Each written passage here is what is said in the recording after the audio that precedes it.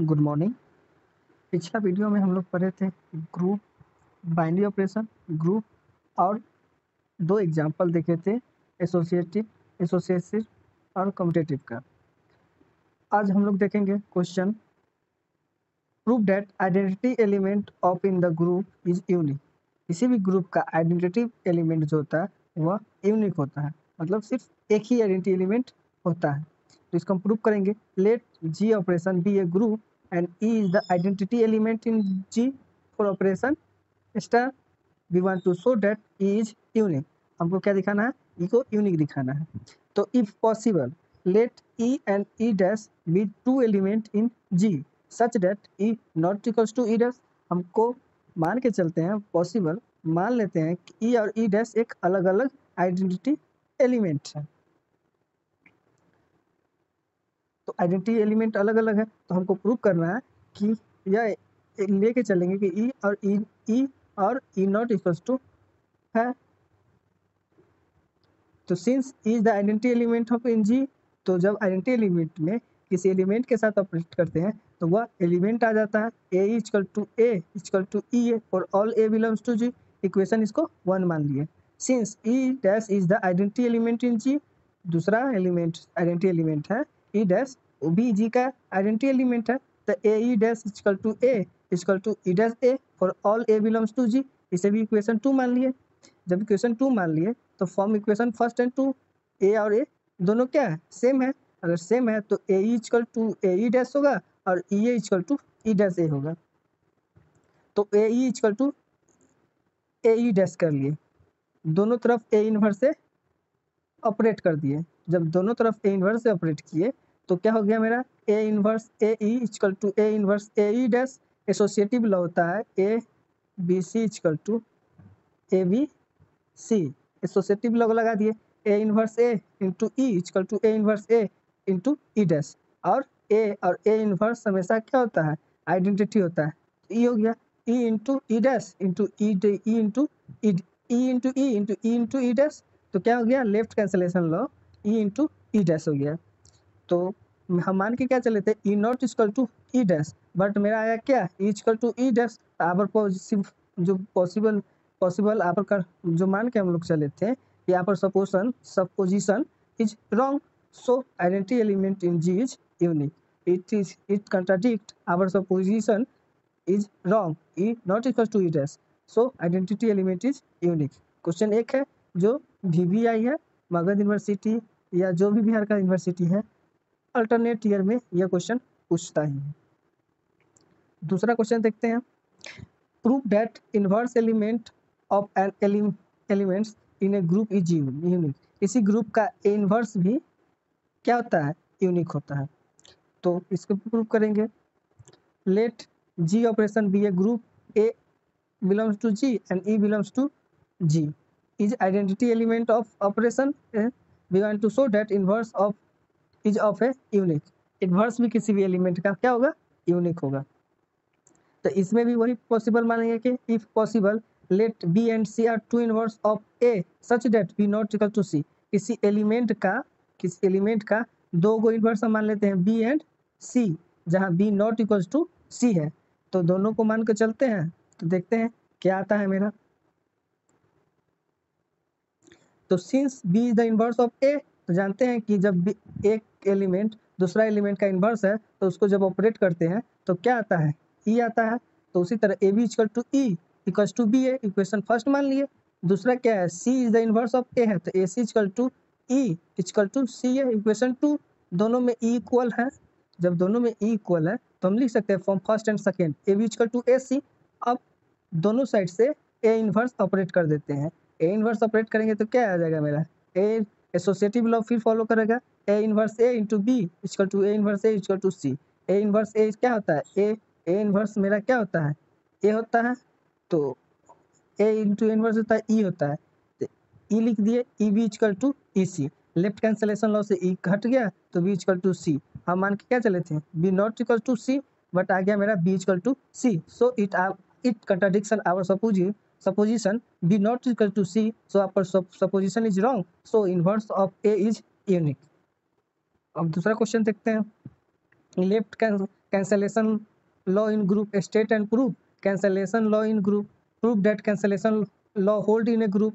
दूसरा तरह से क्वेश्चन आपका पूछ सकता है। फिर दूसरा तरह से क्वेश्चन पूछता है if a b c are element of group g then a B equal to a c, this implies that b equal to c, इसको लेफ्ट कैंसलेशन लॉ बोलेंगे। दूसरा होता है b a equal to c है, this implies that b c equal to c, तो इसको बोलेंगे right cancellation law. दोनों को हम लोग प्रूव करेंगे। Let ji operation B a group a b belongs to g, दो भी एलिमेंट हैं ए बी जो ग्रुप में है। We want to show that A B equal to a c, this implies that b b equal to c. तीन element a b c जो है a b c belongs to g है, a b c belongs to g है, हमको show करना है a B equal to a c, this implies that b c equal to c. इसी को हम लोग क्या बोलते हैं, लेफ्ट कैंसलेशन, लेफ्ट कैंसलेशन इसी को बोलते हैं।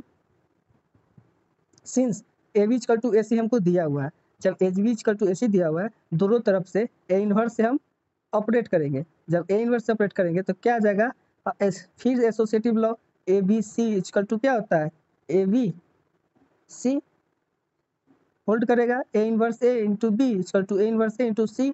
जब ए और ए इनवर्स क्या होता है मेरा, ई के बराबर होता है, तो वही लिखे e b equal to e c, so b equal to c. इसी को बोलते हैं लेफ्ट कैंसलेशन लॉ। दूसरा प्रूव करेंगे b a equal to c a, this implies that b equal to c. तो हमको क्या दिया हुआ है, b a equal to c a, b a equal to c a लेके चलते हैं, राइट साइड से ए इन्वर्ट से ऑपरेट करेंगे। जब राइट साइड से इन्वर्ट करेंगे तो मेरा क्या होता है, a b c equal to क्या होता है, a into b c, associative law hold करेगा। तो b into a inverse c equal to c into c into a inverse, a into a inverse क्या होता है, ई होता है, तो b e equal to b c, so b equal to c. E में कोई भी एलिमेंट से ऑपरेट करेंगे तो वही एलिमेंट देगा। सो राइट कैंसलेशन लॉ क्या हो गया, b a equal to c a, this implies that b equal to c. दूसरा क्वेश्चन है reversal rule, state and prove reversal rule of inverse in group, या उसको दूसरी तरह से क्वेश्चन पूछ सकता है if a and b are two element of group g then prove that A B inverse equal to B inverse A inverse. आप लोग 12th मैट्रिक्स में भी पढ़ चुके हैं, a B inverse equal to होता है बी इनवर्स ए inverse. तो हम लोग चलेंगे let ji operation B a group a b belongs to g, दो एलिमेंट है जो ए बी में बिलोंग्स करता है। A inverse is the inverse of A and B inverse is the inverse of B for operation in G. We want to show that A B inverse equal to B inverse A inverse. Now हम लोग जानते हैं कि इसको लेके चलेंगे A B B inverse A inverse.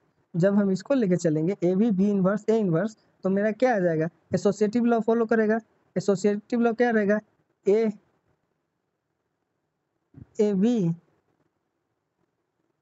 B सी है तो क्या हो जाएगा, a into b c, associative law hold करेगा। तो a into b inverse A inverse, b into b inverse क्या होगा, ई, तो ई लिख दिए। तो ई में कोई भी एलिमेंट से ऑपरेट होगा तो क्या आएगा, वही एलिमेंट आएगा। तो मेरा क्या आ गया, ए इंटू ए इनवर्स क्या होता है, ई होता है, तो इक्वेशन फर्स्ट मान लिया। फिर हम चलेंगे बी इनवर्स ए इनवर्स में, राइट साइड से ए बी को ऑपरेट करेंगे, तो क्या आ जाएगा मेरा B inverse A into A B हो जाएगा। ए इनवर्स ए क्या होता है, ई, तो B inverse into E B. जब ई इंटू बी क्या होगा, बी होगा। जब ई में ई कोई भी एलिमेंट को ऑपरेट करेंगे आइडेंटिटी एलिमेंट के साथ तो वही एलिमेंट आता है। तो मेरा क्या आ जाएगा, B inverse B equal to E, equation 2।